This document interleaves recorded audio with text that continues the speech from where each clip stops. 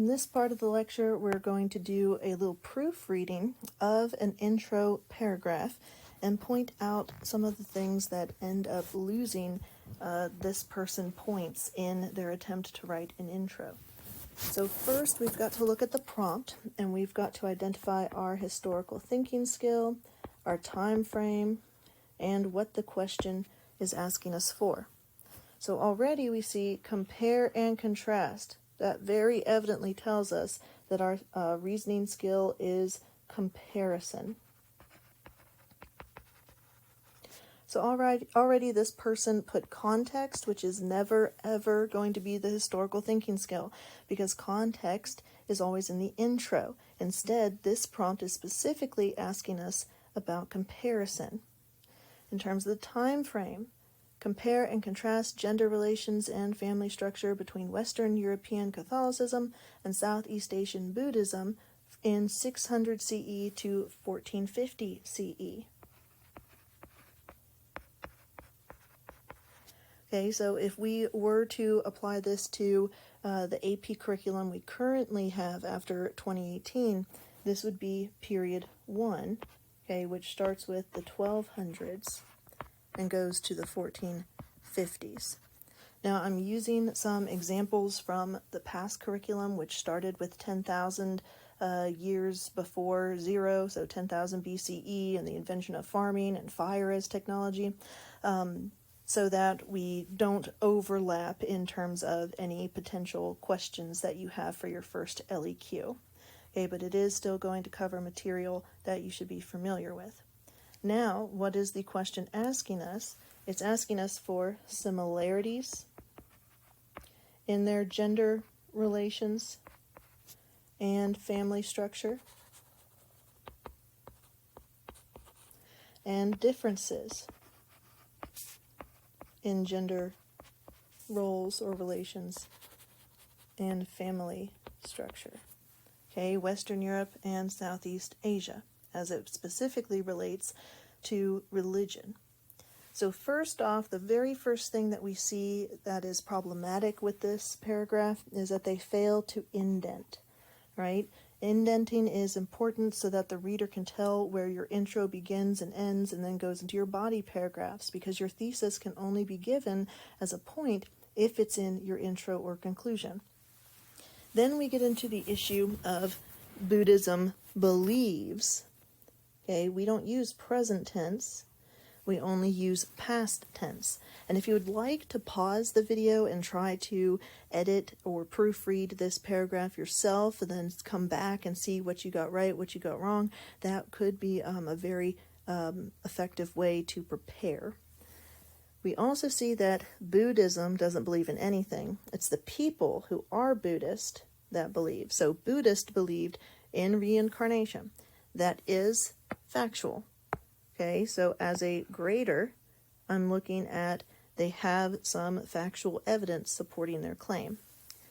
And based, it's society on caste systems. Well, that's not accurate. In fact, the Buddhists rejected the caste system of Hinduism. Okay, so this doesn't even qualify for anything because it's not true. This is similar. Is present tense. We'd want to say was, and we don't want to immediately get into answering the question in our intro. Our answers to the question are going to happen in our body paragraph. Okay, so if we start looking at gender relations or family structure in the intro, then we're doing it wrong. We should have all of our evidence in the body paragraph.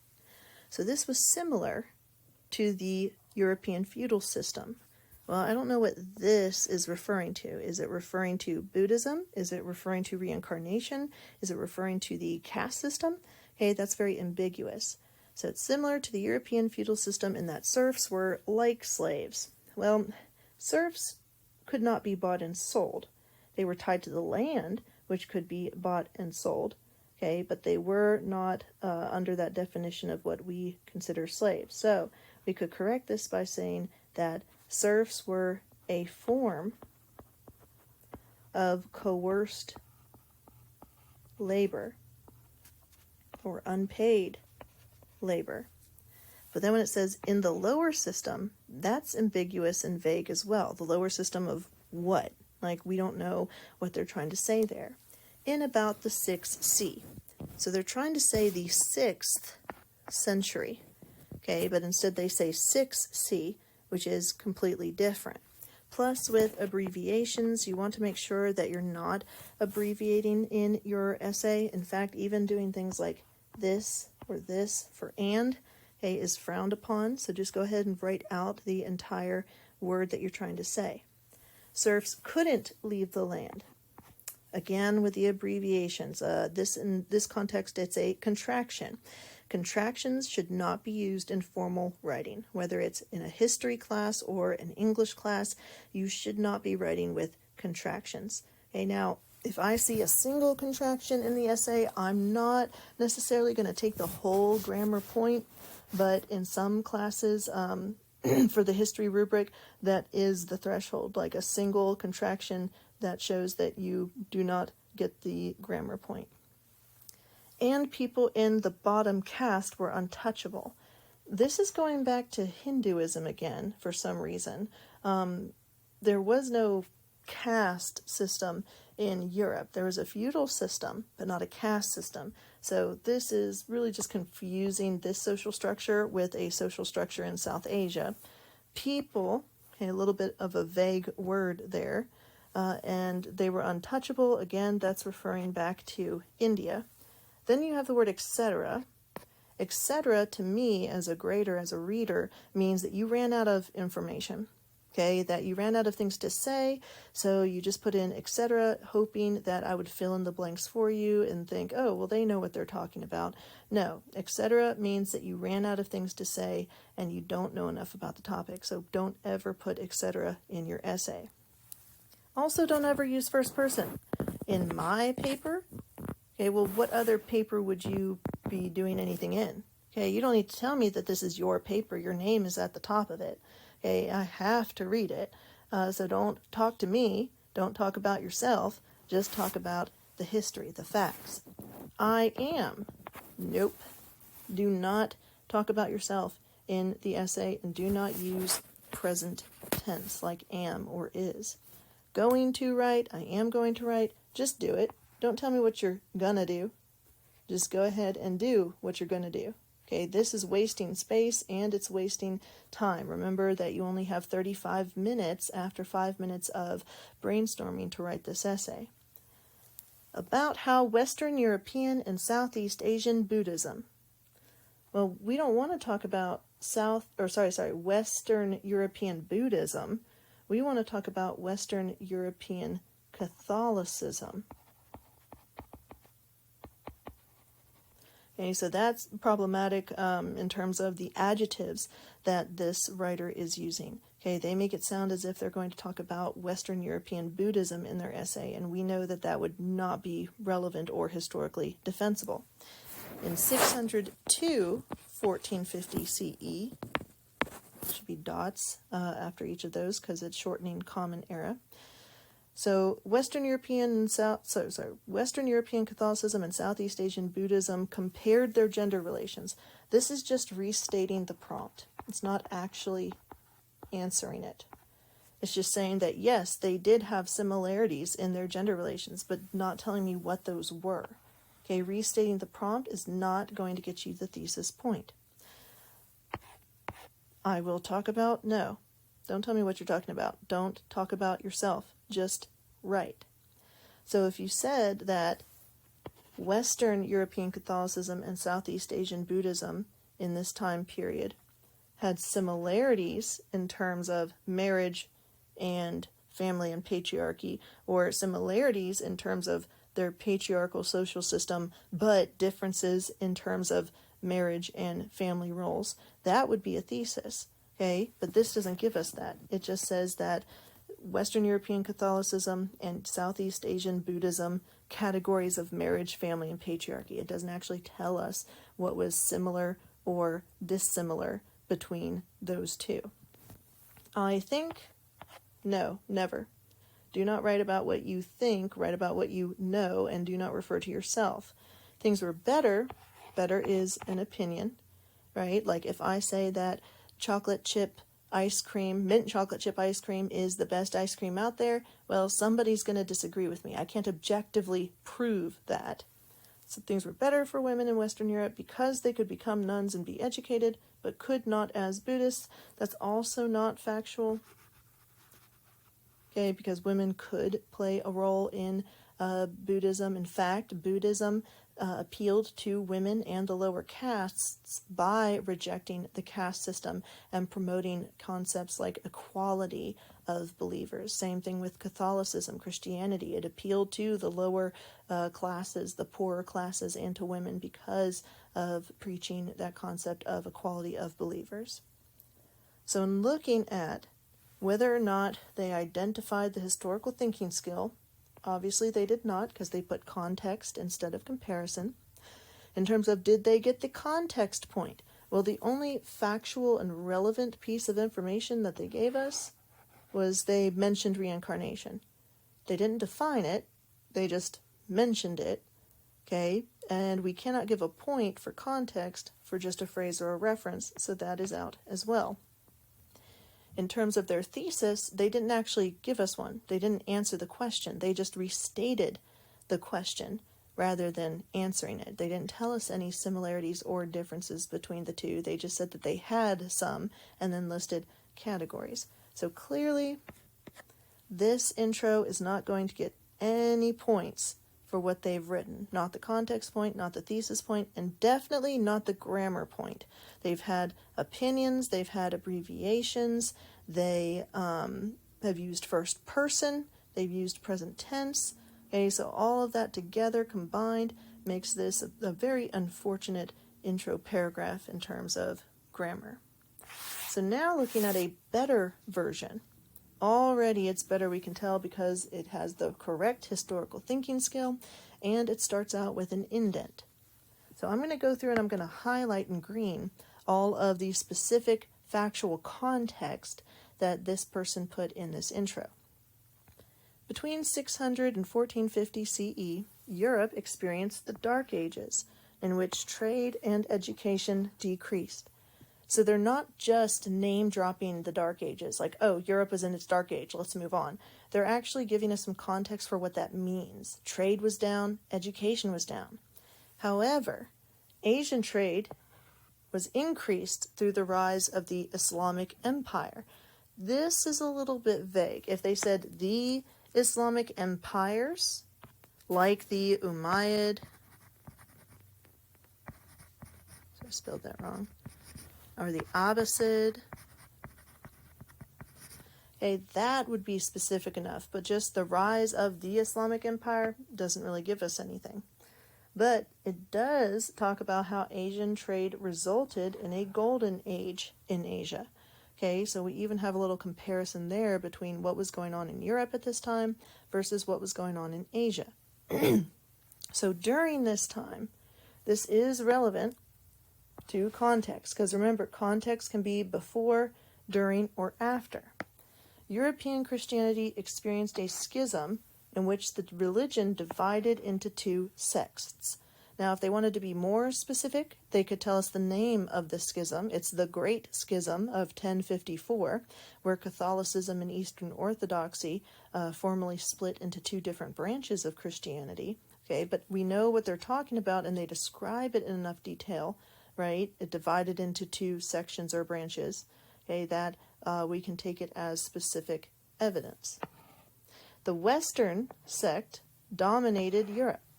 The fact that Western Europe was predominantly Catholic does set the stage. It gives us background information. It's not dominated by Buddhism. It's not dominated by the Eastern Orthodox Church. It's dominated by Catholicism. Whereas the Eastern Orthodox Church flourished further east. Kind of vague there. Meanwhile, Southeast Asia contained multiple religions, including Hinduism, Islam, and Buddhism. Now, if they just gave us religions that weren't actually in Southeast Asia, like if they said that Southeast Asia contained multiple religions like Zoroastrianism and Christianity, right, that wouldn't be historically defensible, okay, but they do give us facts about which religions were present in Southeast Asia in this time period, and they tell us how they got there. They were culturally diffused through trade. So already looking at their context, you see a lot more green highlight than on the last paragraph. Like in the last paragraph, they only got one thing right, and it was more of a phrase or a reference. With this paragraph, however, you see early comparison of the background information about Europe versus Asia, and then some background information about the religions that they're going to talk about. But none of this yet answers the prompt of gender roles or family structure or anything like that. So now, moving into the thesis, while Western European Catholicism and Southeast Asian Buddhism differed in terms of religious beliefs and origins. So this is doing comparison, okay, because we have the word differed, but it's not answering the prompt. The prompt asked about similarities and differences in family structure or gender roles. Okay, so this is more context, really, more so than it would be an answer to the prompt.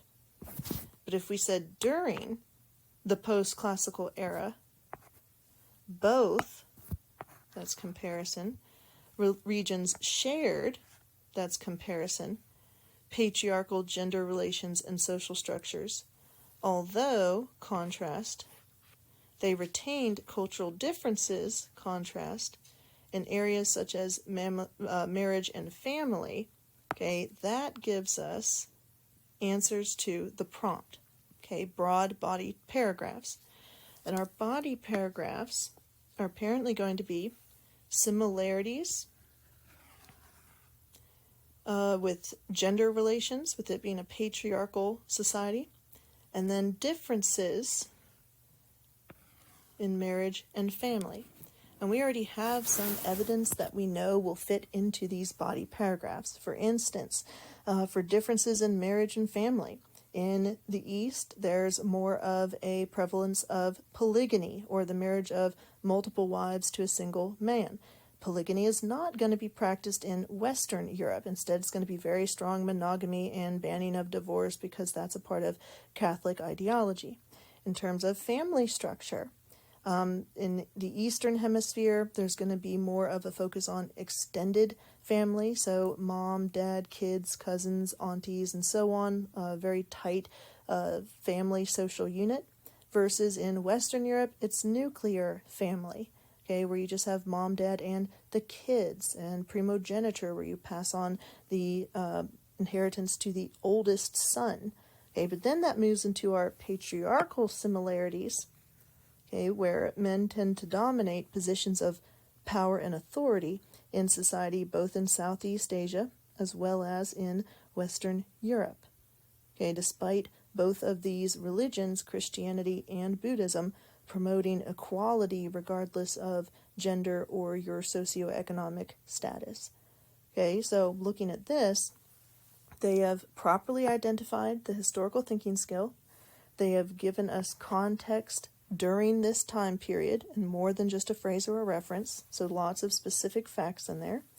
And they've given us a thesis that answers the prompt that was given. Okay, so overall, even though we see some minor issues, like it's a little bit vaguer than it could be, and there's some grammar stuff going on, it's still a solid intro paragraph. Because it's important to note that the LEQs and DBQs, this essay writing, the readers know that it's meant to be read as a rough draft. Okay, so not a perfect research paper that somebody has all these citations for, but rather more of a rough draft version of an early research paper. Okay, so minor errors aren't necessarily going to lose you all of the points. Once you've earned the point, we can't go back and take it away. Now for homework, I typically assign this paragraph where the students will read the paragraph, edit it, point out the flaws in it, and then grade it for the context point, the thesis point, and the grammar point.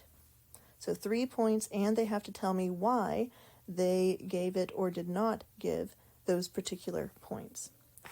Then I also have them write an introductory paragraph, which is just context point and thesis point, with anywhere from 3 to 5 sentences for context and 1 to 2 sentences for the thesis. Okay, then this is an attempt, not a grade. So the point isn't to be perfect, but rather to try and apply what you've just learned in class to a particular prompt. So in your packet that I provided y'all, this is page 15, and this is page 17. Okay, so make sure that you've written down that you are to grade this intro paragraph for context, thesis, and grammar points. And you're supposed to write your own intro paragraph answering how much did the emergence of Islam change in world history. Okay, that's what it means by turning point. So remember, you've got to establish your time frame, provide your categories, and identify the historical thinking skill, okay, which I've also provided in this breakdown of the question. Okay, so for homework, make sure that you're going through and completing both of those assignments, the grading assignment, grading an intro, and the writing assignment, writing an intro. So looking over this introduction, you can see that there's quite a few errors, okay, in red, and we'll note that the very first sentence here, okay, these first few sentences about agriculture emerging and replacing hunting and gathering and the beginning of the patriarchy, well, this context is a bit too far in the past. See, our time frame is the 600s to 1450s. Okay, we want to make sure that our context is relevant to what we're talking about. For instance, if somebody asked me how I'm doing today, okay, my thesis or my claim would be, I'm not doing okay. Like, let's just use that as an example because it's easier. I am not having a good day today. So I'm going to have to explain in my thesis why. What are your categories? So my thesis, I'm not having a good day today because bills were due, and I have a headache, and I just had a really busy week this week. Okay, I'm not giving all of my evidence, right? I'm not going into detail about, well, why was my week so busy? What did you have to do Monday, Tuesday, Wednesday, etc.? Instead, I'm just giving these broad categories for my thesis. Now, for my context, background information, if my claim is I'm having a bad day today in response to the question, how are you? Then I'm not going to want to give background information going all the way back to the day I was born. It's like, oh, that's where it all started. No, instead, I'm going to give context that's a little bit more relevant to the topic at hand, right? Like the trauma of my birth does not have anything to do with why today I'm not doing so well. Okay, so instead, I might talk about what happened last weekend, or stresses that have happened this month. Or for instance, let's say that the person who asked me how I'm doing asked in April, right before AP exams, but after spring break. That is not a good time. Like that's as much context as you need, okay, if you're a teacher. Or let's say that someone asked me on Friday the 13th, okay, when there was a full moon that night, okay, that if you're a teacher, you know what that means, that things are about to get crazy. So instead of giving context about, oh, I'm having a rough day because, I was born in this year, I'm a Sagittarius, anything like that, instead I would talk about, well, the night before, the cats kept me up because they kept jumping on me and chasing each other, and they got the zoomies, so I didn't sleep really well, and so I woke up cranky. Okay, before going into my claim about I have a headache or I had a busy week, I'm just setting up some context. Like it's April, right before AP exams, or it's Friday the 13th, in October before Halloween, but during a full moon, like just some background information that's relevant to the topic at hand. Talking about farming and the invention of farming, aka the Neolithic revolution, okay, as we move from the Stone Age into the farming age, that's way too far back in the past. You're going to want to take something that is in the general time frame of your prompt. So remember that context can be before the time period. So I could talk about things that happened before the year 600, like for instance, the fall of Rome. I could talk about during the time period, so things that happened in this time frame like the Crusades, or I could talk about context for after the time period, which this is the most difficult one for students to do. I would stay away from after context and stick to doing before and during. And remember that your context has to be more than a phrase or a reference, so we're talking 3 to 4 sentences.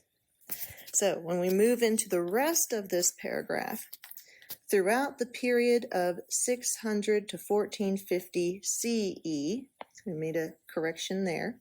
So this is during context.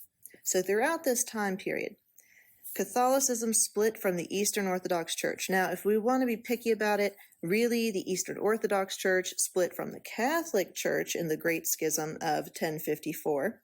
Okay, but it's a rough draft, so I'm going to take that as, yes, technically there was a split. They just got they didn't specify clearly who started first. So Catholicism split and became the dominant religion in Western Europe. Okay, if you notice all these proper nouns, right? Proper nouns are great for evidence because you are going to need to give specific factual information for your context, but it cannot be the same as the evidence or the SFI you give in your body paragraphs.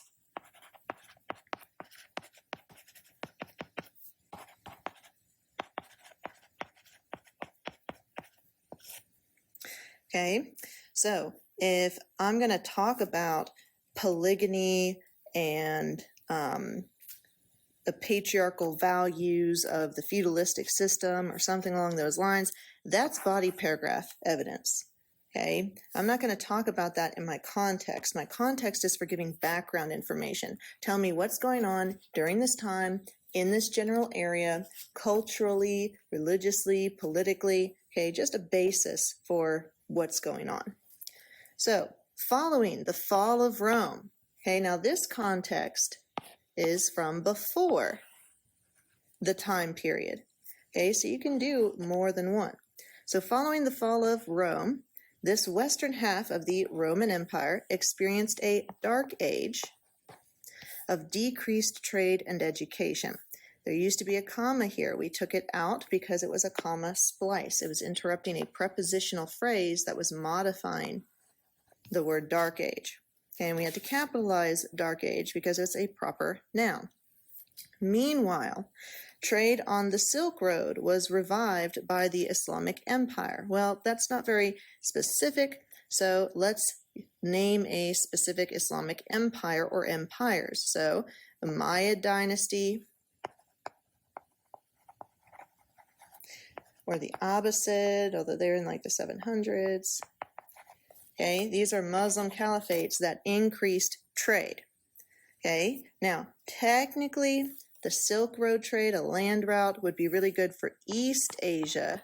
Okay, but we're trying to focus on Southeast Asia, so it might be better to talk about the Indian Ocean as a trade route that Islamic empires helped to revive. So again, rough draft kind of setup, but you got to give them points for what they do right rather than just let's take points for what they do wrong. The only point on the rubric that we can take because of what you do wrong is the grammar point. So unlike in Europe, oh, look at that comparison, right? But we're not comparing and contrasting gender relations and family structure, okay? Because we don't want to answer the prompt in our context. We want to give evidence in our body paragraphs. So we're not comparing gender and family between Europe and Asia. Instead, we're comparing religion, okay, which makes sense because the prompt isn't about compare Catholicism and Buddhism, okay? It's asking us to compare social hierarchies, okay, gender and family structure. Okay, so unlike in Europe, Asia contained a multitude of religions, including Hinduism, Islam, and Buddhism. Okay, so just looking at these areas that have proper nouns, okay, Eastern Orthodox, Roman Empire, Western Europe is in the prompt, so we're not going to count that one. Fall of Rome, Dark Age, Silk Road, Hinduism, Islam, Buddhism. Okay, that's more than a phrase or a reference, and it doesn't answer the prompt, it's just giving background information. So now the next part we have is our thesis. And in our thesis, we are supposed to show similarities and differences between Europe and Asia as it relates to gender and family. So we're going to need some body paragraph categories. So in Western European Catholicism, technically the proper idiomatic phrase preposition would be with. So with Western European Catholicism and Southeast Asian Buddhism, proper noun, during 600 to 1450 CE, gender relations and family structures shared similarities directly relating to the historical thinking skill of comparison, okay? They shared similarities in what? Give us a body paragraph, okay? They were similar with patriarchal values and who ran the household. That can be a whole body paragraph by itself, those two things together. Okay, I could define patriarchy, I could talk about how males tended to head the household and how women stayed home and tended to the children and had domestic work, right? So we can talk about that as our evidence in our body paragraph. So we've addressed the compare part of the historical thinking skill. Now let's do the contrast part. But retained differences in social practices like marriage. Here's another body paragraph. We're going to contrast marriage in Southeast Asia under Buddhism and Western Europe under Catholicism. Now, marriage relates to gender and family at the same time. So pretty good topic, right? We can talk all day about polygyny versus monogamy because polygyny is one of the vocabulary terms that shows up on pretty much every ID quiz, right? So overall, if we're talking about did they get the context point and did they get the thesis point, it looks like they do. They started off a little rough with context that wasn't really relevant. It was too far in the past. But then look at all this proper noun evidence. That's more than a phrase or a reference, and it's relevant to what we're covering. So, yes on context. With their thesis, did they answer comparison? Yes, they did. Shared similarities, retained differences, and then they give us specific categories. Did it specifically compare the topics of gender relations and family structure? Yes, it did. It didn't just compare the origins of Catholicism and Buddhism, okay, or how far they spread or how they spread through trade and conquest. It literally is just talking about the gender and family aspects of it. Now, where they go wrong is with the grammar. So, in this very last sentence, that's where they, just messed it up. In my opinion, number one, we don't care about opinions. Number two, we do not use first person. No me, I, we, and no second person. You, your, yours. Better is an opinion word, and couldn't is a contraction. Okay? We also don't want to give evidence like owning property or getting divorced in our intro. We want to save that for a body paragraph. For instance, the body paragraph on marriage. Okay, that might be some good information. Well, how do Catholics feel about divorce? Okay, so overall, you should have said that the context point was received, the thesis point was received, grammar, not so much. And that's because this last sentence, okay, that's what really did them in. Now, looking over at the intro paragraph, okay, remember that you were supposed to write no more than 7 sentences, okay, so context and thesis, for your time frame. We know that Islam emerged in 610, then the Prophet lived all the way to 632. So we're establishing the emergence of Islam after the 600s, after the 7th century. In terms of categories, what changed because of Islam? Okay, what continued because of Islam? So we are going to talk about cultural practices. Okay, culture can be religion, culture can be marriage, it can be language. We're going to talk about changes in continuity in the government or changes in continuity in the economy as it relates to the emergence of Islam. And of course, our historical thinking skill is continuity and change. It says it right here, okay, when I bolded and asked what changed and what stayed the same. Okay, that's what the word turning point is referring to. If you turn, that's a change. Now, it's important to note that the question is not asking us to talk about the cause and effect of how did Islam emerge, right? So we can use that instead as context for what we're going to talk about. So context for this time, if you're going to write about how Islam was a turning point, okay, its emergence changed world history, it might be good to give a little background information on Islam itself. So 3 to 5 sentences. So you could talk about the Prophet Muhammad founding the religion when the Archangel Gabriel came to him on Mount Hira and gave him the recitation from the one true God. You can mention, proper noun, that was called the Quran, okay, the recitation. You could write about where Islam emerged in the Arabian Peninsula among the Bedouin tribe. And, of course, you're going to want to talk about when it emerged. Now, when it emerged, okay, the major world religions had already been established for hundreds to thousands of years. Okay, so big religions like Judaism, 2,000 years before the year 0.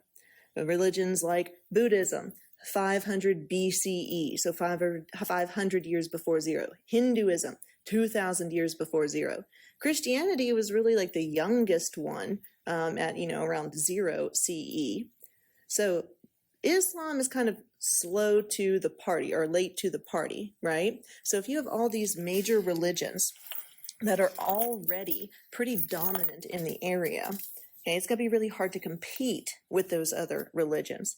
But what we see happen is despite those obstacles, Islam is going to spread and culturally diffuse to a great extent, right, through trade and through conquest. So if you can explain, there are all these other religions that were already entrenched, that now you have this new religion on the block and, oh, is he going to make it? Is it not going to make it? Well, long story short, did make it despite being brand new to the party. Okay, so if you can explain that in 3 to 5 sentences, that's your context right there. Note that I didn't talk about what changed and stayed the same in my context. I'm going to do that in my thesis. So in my thesis, I could have a category of what changed women's rights. Okay, women's rights increased. Now, do I have evidence to prove that claim that I just made?